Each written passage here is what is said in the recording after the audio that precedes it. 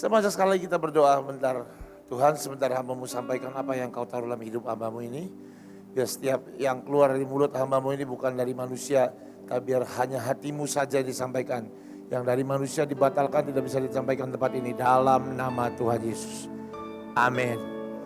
Saudara, saya tidak akan terlalu lama karena saya pikir apa yang tadi disampaikan Ibu Nani sudah paket komplit saudara buat kita semua. Saya cuma menyampaikan sedikit saja. Mari saudara buka Alkitab saudara di Mazmur pasal yang ke-23. Mazmur 24 ayat 3 dan 4. Luar biasa, lampunya terang banget menghantam wajah saya. Saya pikir ada malaikat di sebelah sana, ternyata lampu. Siapakah yang boleh naik ke atas gunung Tuhan? Siapakah yang boleh berdiri di tempatnya yang kudus? Orang yang bersih tangannya dan murni hatinya, yang tidak menyerahkan dirinya kepada penipuan dan yang tidak bersumpah palsu. Bapak Ibu sekalian, kalau kita bicara tentang masalah akurasi, masalah ketepatan, saya ini bicara tentang karunia kenabian. Saudara, saya mau cerita sedikit pengalaman gimana saya pernah mengalami yang namanya mendengar Tuhan dan mengalami apa yang Tuhan katakan jadi nyata, jadi dalam kehidupan saya saudara. Soal yang pertama, puji Tuhan. Oke, yang pertama saudara, kalau bicara masalah ketepatan maka kita harus mengerti dan kenal dengan Tuhan dulu saudara. Saudara, tanpa kita kenal Tuhan maka tidak mungkin kita bisa dengar suara Tuhan dan nggak mungkin kita bisa mengerti itu suara Tuhan. Nah, gimana cara mengenal suara Tuhan, mengenal Tuhan? Saudara, gampang, mengenal Tuhan itu sebenarnya mudah tapi susah dilakuinya. Kenapa saudara? Ya memang seperti itu kenyataannya. Gimana cara mengenal Tuhan? Anda punya Alkitab, Anda harus baca Alkitab. Saudara, kalau ada orang yang berkata, aku dengar Tuhan bicara ini itu, tapi orangnya nggak pernah baca Alkitab, saya khawatir apa yang disampaikan bukan dari Tuhan, tapi asalnya dari imajinasi. Saudara, kita harus kenal Tuhan dan cara mengenal Tuhan yang pertama sekali lagi saya ulangi saudara, membaca Alkitab. Sekali kalau orang tidak baca Alkitab, bagaimana mungkin orang itu bisa mendengar suara Tuhan? Saya tidak terlalu yakin orang yang tidak pernah baca Alkitab mendengar suara Tuhan. Kalaupun ada suara, bisa jadi itu suara imajinasi, ilusi, ataupun suara kedagingan saudara. Yang pertama baca Alkitab. Nah saudara, kedua, dia cuma sekedar baca Alkitab. Karena baca Alkitab itu sebagai sebuah ujian kesetiaan dan ketaatan. Tapi buat saya, orang yang baca Alkitab itu harus juga belajar not only reading saudara, tapi understanding. Tapi mencoba untuk mengerti firman Tuhan. Caranya gimana? Anda belajar, Anda menggali, dengar khotbah, dengar banyak hamba-hamba Tuhan. Itu Anda sedang menggali firman Tuhan. Saudara baca Alkitab mau 100 pasal pun, tanpa Anda mengerti, itu akan jadi masalah. Kenapa? Karena ini, ada firman Tuhan bilang gini, dan kebenaran yang apa saudara? Engkau ketahui, itulah yang akan memerdekakan engkau. Kata-kata ketahui itu artinya yang engkau pelajari, yang engkau gali. Jadi kalau Anda baca Alkitab saja tanpa Anda mencoba untuk mengerti, coba untuk mempelajari, saya pikir kurang lengkap saudara. Setelah mempelajari ada tahap yang ketiga, yaitu apa saudara? Ngalami. Pak Yusak selalu ngomong ngalami. Setelah kita ngalami, saya percaya kita akan mengenal siapa Tuhan sebenarnya. Saudara, sampai hari ini kalau Anda tanya, Bapak kenal Tuhan? Masih mencoba untuk mengenal Tuhan. Kenapa? Karena ada banyak hal lagi yang saya belum alami saudara. Ada pengalamannya ada, tapi tidak komplit. Masih perlu belajar, masih perlu ngalami banyak hal. Saudara, kalau Anda mau tepat, Anda harus kenal Tuhan. Kenal Tuhan harus baca Alkitab. Baca Alkitab nggak sekedar baca, tapi mempelajari, digging, menggali firman Tuhan. Dari khotbah, buku-buku. Anda semua di sini punya smartphone. Hampir semuanya, saya percaya di sini nggak ada yang punya stupid phone. Semuanya smart semuanya. Anda smartphone pakai saudara. pakai cari arti-arti firman Tuhan, arti rohani. Ada banyak saudara, ada banyak sekali.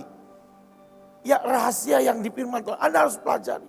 Setelah itu harus Anda alami. Firman Tuhan, kalau sekedar firman Tuhan percuma. Kalau sekedar menjadi sebuah teori setelah Anda pelajari juga percuma. Tapi ketika Anda mengalami satu persatu. Walaupun ngalaminya itu kadang-kadang saudara gak enak. Betul gak saudara? Ngalami firman Tuhan itu belum tentu semuanya mulus. Aku kenal Jehovah Rafa, berarti Anda pernah sakit. Nah kalau Anda gak pernah sakit, kalau Anda kaya terus, aku kenal Jehovah Jireh, gimana Jehovah Jireh? Gak pernah ngalami yang namanya dari bawah dan ngeliat ngalami namanya pas-pasan sampai Tuhan berkati, ya susah saudara. Anda harus ngerti, pelajari dan alami. Oke saudara, itu yang pertama. Yang kedua saudara, apa yang bisa menghalangi suara Tuhan untuk kita bisa dengar? Kan sering kan? Kita merasa nih, ini Tuhan udah bicara tapi gak terjadi. Sering gak? Saya sering banget saudara. Ini jelas, udah saya uji, sudah, tapi gak jadi. Apa yang menghalangi kita menjadi untuk tidak tepat? Saudara, sebenarnya ada beberapa penghalang kita untuk mendengar clear suara Tuhan. Yang pertama adalah keinginan. Yang kedua adalah emosi. Yang ketiga itu perasaan kita sendiri, manusia. Perasaan, keinginan, dan emosi kita, saudara. Saudara, andai kata saya ambil contoh yang simple. Yang simple aja, saudara. Kalau Anda sudah gak suka sama satu orang. Lalu Anda disuruh mendoakan. Pokoknya Anda lagi benci banget sama satu orang nih. Anda doain. Lalu tiba-tiba ada suara Tuhan. Percayalah suaranya. Bertobatlah. Karena kutuk sudah mendekat engkau. Kalau engkau tidak bertobat kakimu pengkor. Udah pasti saudara, kenapa? Udah ada perasaan yang tercampur. Kalau udah ada keinginan bahaya juga. Anak-anak muda yang belum punya jodoh. Anda nih cowok-cowok nih ya, cowok-cowok. Contohnya laki-laki aja lah. Laki-laki, Anda para jomblo-jomblo, laki-laki yang jomblo yang belum juga kunjung off market, masih on the market terus. Anda suka sama satu cewek, Anda berdoa tanya Tuhan, itu jodohku bukan? Pasti jawabannya jodoh, karena udah suka. Perasaan sudah, perasaan. Paham sudah ya? Anda punya keinginan, itu bisa jadi blokade buat suara Tuhan. Anda gak akan bisa tepat saudara. Apalagi saudara. Banyak. Perasaan kita itu bahaya. Anda harus hancurkan, remukan semua hal itu. Susah gak? Buset, susah banget. Susah banget saudara. Dan Anda harus belajar untuk naik ke gunung Tuhan. Anda naik ke gunung Tuhan, artinya apa? Saya lagi hari-hari 1 tahun ini, mulai dari bulan Januari, saya terus disuruh Tuhan naik ke gunungku, naik ke gunung. Artinya apa? Naik ke gunung artinya bertemu Tuhan. Seperti ketika Musa naik ke gunung, dia ketemu sama Tuhan. Dan dia hanya berdua dengan Tuhan. Saya mencoba dalam 1 tahun ini, saya sedang terus belajar untuk berdua dengan Tuhan. Saudara, ada baiknya kita, kalau Anda punya waktu, tinggalkan kesibukan Anda. Ya Anda enggak setiap hari ya 2 bulan sekali, sebulan sekali. Saya mencoba itu saudara, sebulan sekali, 3 hari 2 malam saya tinggalkan semua. Saya hanya masuk ke kamar, kalau enggak ke hotel kemana, hanya berdua dengan Tuhan. Saya matikan handphone, saya tidak mau ngurusin apapun saudara. Dan itu susah sekali. Baru itu saudara, belum keinginan daging, belum perasaan, belum emosi, baru itu bang. Anda tahu saudara, ketika saya masuk pengasingan, hari pertama yang paling susah adalah apa saudara? Hah? Apa? Handphone. Saya pernah Saya pernah pengasingan gagal total. Gatot sudah gagal total. Kenapa? Pikiran saya pesanan, order. Ada orang pesan daging babi segala macam. Itu ganggu banget. Saya mikir, aduh kira-kira staf saya, asisten saya bener nggak ya bikinnya? Bener nggak ya bakannya? Kelamaan nggak ya? Kecepatan nggak ya? Gimana tekstur dagingnya? Mikir. Sampai saya buka lagi handphone, tanya lagi gimana? Gimana? Sampai satu kali Tuhan ngomong, kamu ngapain di sini? Mau ketemu kau Tuhan. Tapi ternyata terlalu sibuk. Dan saudara, kalau engkau mau, kalau kita, bukan kau, kalau kita mau, kalau engkau kayaknya perasaan gue udah sempurna. Enggak. Kalau kita mau saudara, untuk tepat dengan Tuhan, mari belajar untuk mematikan keinginan kita.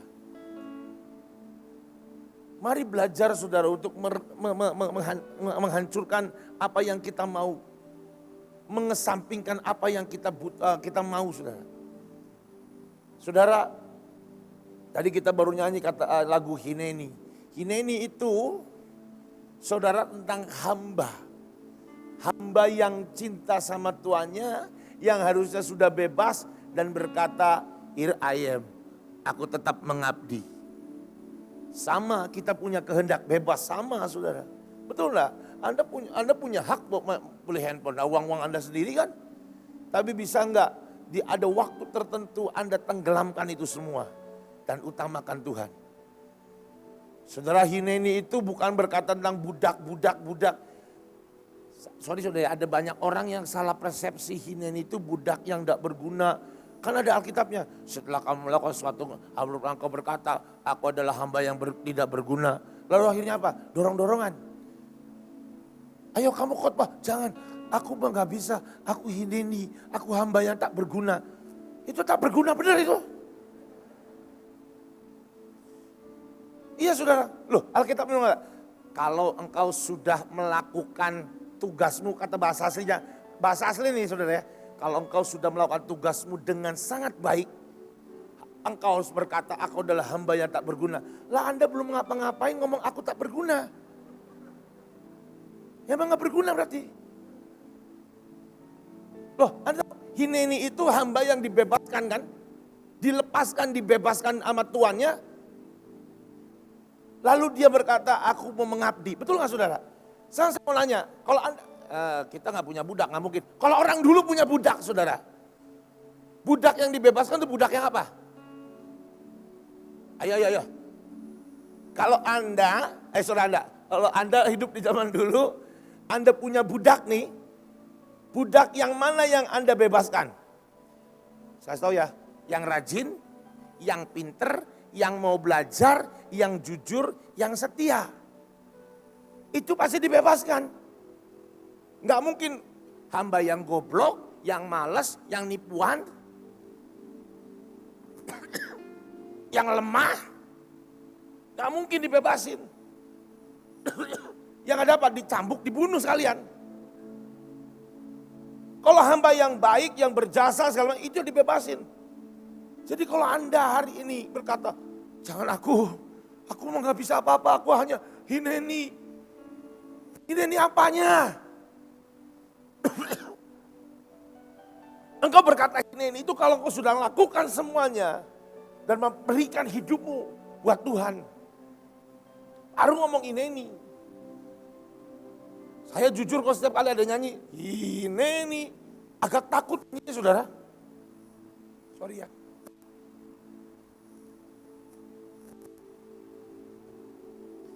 Kenapa? Karena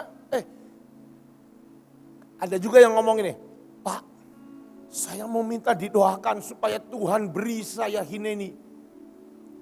Buat saya juga nggak bisa doain, Anda bisa punya Hineni. Hineni itu bukan sebuah benda yang diberikan buat Anda. Hineni itu adalah sebuah pencapaian dari sebuah proses kehidupan. Jadi kalau Anda yang ngomong, aku mau terima Hineni. Terima proses. Dan harus lewati proses sampai kau menang. Balik ke topik, ini udah melenceng. Balik ke topik saudara. Anda harus benar-benar serahkan semua keinginan. Anda harus benar-benar serahkan apa yang menjadi kerinduanmu. Supaya engkau bisa dengar suaranya. Ada banyak hamba-hamba Tuhan yang menyampaikan suara Tuhan. Itu bisa kecampur. Bisa kecampur. Soalnya saya baru hari-hari ini, saya ngalami sebuah kesedihan sih. Ada hamba Tuhan yang saya nggak usah sebut namanya, Anda tahu lah pasti. Kalau saya sebut, tapi nggak sebut jadi rahasia. Dia minta didoain saya sih. Saya doain. Tapi saya tahu, saya kenal hamba Tuhan ini, hamba Tuhan yang sangat amat peka. Udah kayak pertunjukan sirkus kalau dia datang, saudara. Serius. Entertaining banget dan peka sekali. Lewati masa-masa pandemi ini, memang jujur saudara, ada banyak hamba Tuhan yang melewati masa pandemi ini dengan sangat kesulitan. Saya contohnya saudara, saya awal-awal ketika pandemi, ya saya ngalamin juga. Bahkan saya ini gak punya bisnis, kerjaan saya hamba Tuhan. Jadi saya jujur, gak usah munafik ya. Habis khotbah, pulangnya dikasih salaman sama saya saudara. Biasanya salamannya nempel sesuatu yang putih-putih enak dipegangnya, nempel. Masuk ke kantong, masuk ke WC, dibuka, oh segini, itulah. Oh ya jujur saudara, lah itulah yang menjadi penghasilan buat keluarga saya. Begitu pandemi semua gereja tutup. Artinya gulung tikar semuanya. Saya juga ikut gulung tikar saudara. Lewat seperti itu, kalau saya jujur, saya nggak usah kesaksian saya lama. Wah, Anda banyak yang sudah dengar singkat cerita pokoknya Tuhan kasih. Ya saya nggak tahu, saya nggak pernah ngebayang saya punya usaha ini, saya nggak ngebayang. Tapi ternyata bisa punya dan cukup memberkati keluarga kami saudara. Saya jadi hamba Tuhan ini. Seorang yang dengar suara Tuhan dengan sangat peka. Tajam sekali. Membuat orang terbelalak. Mulai orang melongo, kok bisa? Kok bisa dengar suara Tuhan sampai setajam itu? Tapi hari itu dia telepon saya. Dan saya melihat dua pribadi yang berbeda. Yang pertama begitu waktu sebelum pandemi. Begitu kuat. Sepertinya 2 jam sekali saudara. Hari itu merengek-rengek. Minta didoain saya. Sampai setelah didoain, dia bilang gini, would you please do me a favor, tolong aku. Apa? Aku minta uang. Saudara buat saya mengerikan sekali. Kadangkala saudara ketajaman kita itu, Anda kalau berkata ya ini kan di sini pasti Anda yang Anda ada di tempat ini saya pasti yakin ada 2 pilihan. Yang satu merasa sudah tajam, karena itu mau ikut kelas ini supaya lebih tajam lagi. Yang kedua, enggak punya ketajaman ke sini supaya bisa tajam. Gitu? Nah, itu udahlah, kira-kira gitulah. Tapi jujur ya, ketika itu semua kepekaan, ketajaman, kadangkala harus diuji dengan yang namanya problem hidup kita. Ya saudara. Apakah kita akan tetap bisa dengar suara Tuhan ketika masalah kita banyak? Apakah kita bisa tetap mengarahkan telinga kita dan mendengar petunjuk Tuhan? Itu masalah saudara. Yang paling menyedihkan adalah seringkali orang yang kelihatannya tajam dengar suara Tuhan. Tidak pernah memakai ketajaman itu untuk menusuk dirinya sendiri, mengorek dirinya sendiri, melukai dirinya sendiri. Lebih suka untuk menunjuk orang lain, hei kamu berdosa, hei aku dikasih tahu Tuhan, kamu baru melakukan perzinahan. Terus seperti itu saudara. Tapi seringkali ketika dia harus menghadapi untuk dirinya sendiri, itu menjadi masalah. Saudara mari belajar untuk tajam bukan untuk di luar, tapi tajam untuk diri kita. Saya berkali-kali saudara, berkali-kali ketika saya datang ke Tuhan. Tuhan bongkar, hancurin aku, robek aku. Bongkar yang busuk di dalam ini. Karena saya tahu saudara. Cuman saya yang tahu sama Tuhan, Anda gak tahu. Masih ada banyak yang busuk, yang kotor, yang najis di hidup saya. Yang perlu terus Tuhan kikis, Tuhan buka, Tuhan hancurkan, Tuhan ambil dan Tuhan buang. Soal ketajaman itu harus juga menjadi tajam buat dirimu sendiri. Mengkoreksi dirimu sendiri. Jadi saudara, ada hamba Tuhan yang tajam-tajam, hati-hati. Saya diajari Pak Daniel gini, Jo, ada orang-orang hamba Tuhan yang kelihatannya tajam tapi kecampur sama nujum. Saya bingung, wah hamba Tuhan kok nujum? Maksudnya apa Pak? Dia bilang gini, nujum dan nubuat itu agak-agak mirip, tapi beda. Kalau nujum itu bisa tahu apapun dosa-dosa Anda. Oh saya sering kali, saya sering saudara, ada hamba Tuhan yang tajam sekali. Saking tajamnya bisa tunjuk orang. Kamu berapa hari yang lalu baru minum film porno. Oh dulu lagi saya masih muda. Itu ada hamba Tuhan yang tajam seperti itu. Sampai kalau dia datang ke AOC, kita bertobat dulu saudara. Gak punya dosa, bertobat aja dulu pokoknya. Ngeri. Ada orang yang bisa membongkar, tapi tidak bisa memperbaiki. Itu bisa jadi nujum. Hanya bisa menghakimi, tapi tidak pernah memberi solusi. Kelihatannya tajam, tapi nggak pernah ada solusi. Ada beda atau saudara? Anda datang coba ke hamba Tuhannya. Saya berkali-kali kalau ke Ibu Nani, doain saya selalu di belakangnya ada sebuah jalan keluar. Jaga hati. Buat saya saudara, saya berkali-kali sama istri saya datang ke Ibu Nani, beberapa kali terakhir didoain jaga hati. Benar-benar saya ketakutan saudara, jaga hati benar. Nah kalau hamba tuh, bukan Bu Nani aja, beberapa hamba Tuhan yang lain doain saya, jaga hati. Aduh, saya ini cenderung sombong saudara. Kelihatan kan mukanya, belagu. Beberapa Anda kan ngeliat muka saya, buat tampol lu gitu. Emang ada sudah, saya harus akui. Terus saya harus jaga hati sampai akhirnya jaganya berlebihan.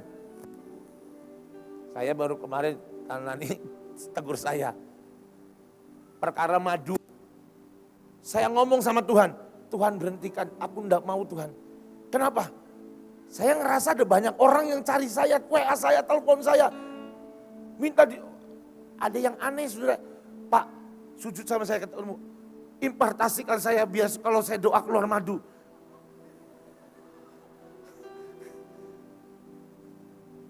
Dan jujur saudara, saya ini agak lagi banyak orang yang datang nyari, ngirim duit. Seneng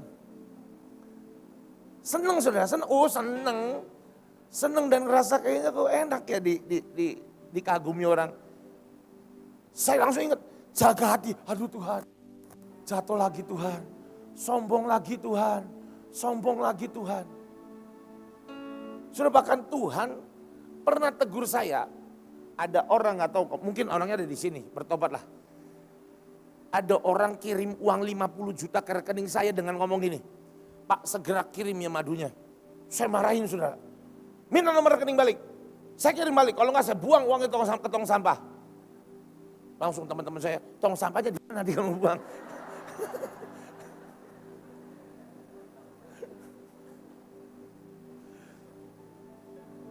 Ternyata itu kesombongan saudara. Merasa saya nggak bisa dibeli. Sombong, kelihatannya membela Tuhan, ya, membela yang ilahi. Sombong saudara. Kenapa harus marah? Kenapa ngomong baik-baik? Maaf ya nggak bisa. Uangnya saya kembaliin aja. Enggak saya marahin saudara. Dan saya kembaliin sampai hari ini orang itu tidak saya kirim madu. Jahat kan saya itu saudara. Itu dengar lagi suara didoain Bu Nani. Jaga hati. Aduh Tuhan, gagal lagi dijaganya. Kecolongan lagi. Ya, saudara. Mari mari belajar tajam sama kita lah, sama diri kita sendiri. Saya mau tajam buat Indonesia, bagus. Tapi tetap belajarlah tajam kepada diri sendiri dulu. Gak usah nunggu orang koreksi kita, kadang-kadang sobek diri kita sendiri. Dan berani ngakuin di depan orang. Saya ini busuk. Mari saudara, saya berdoa hari ini kita belajar tentang ketajaman yang tadi yang Ibu Nani sudah sampaikan. Nanti mungkin ada di YouTube, dengarkan lagi, diulang-ulang saudara. Karena itu penting sekali saudara, karena itu penting sekali. Tadi satu poin yang tadi Ibu Nani sampaikan buat saya itu tak di hati saya. Belajar untuk betah diam dengan Tuhan. Saya orangnya seringkali gak betah. Apalagi kalau saya nyembah Tuhan dan Tuhan gak ngomong apa-apa. Tuhan gak kasih penglihatan apa-apa. Tuhan diem aja. Tidur saudara. Gak betah. Tapi hari ini poinnya betah. Ayo saudara. Mari belajar untuk menjadi peka dengan suara Tuhan. Dengan cara menghilangkan semua yang menghalangi untuk suara Tuhan bicara. Kesombongan kita, egois kita, keinginan kita, kemarahan kita. Perasaan kita, singkirkan. Saya ajak semuanya tutup mata sebentar, saudara.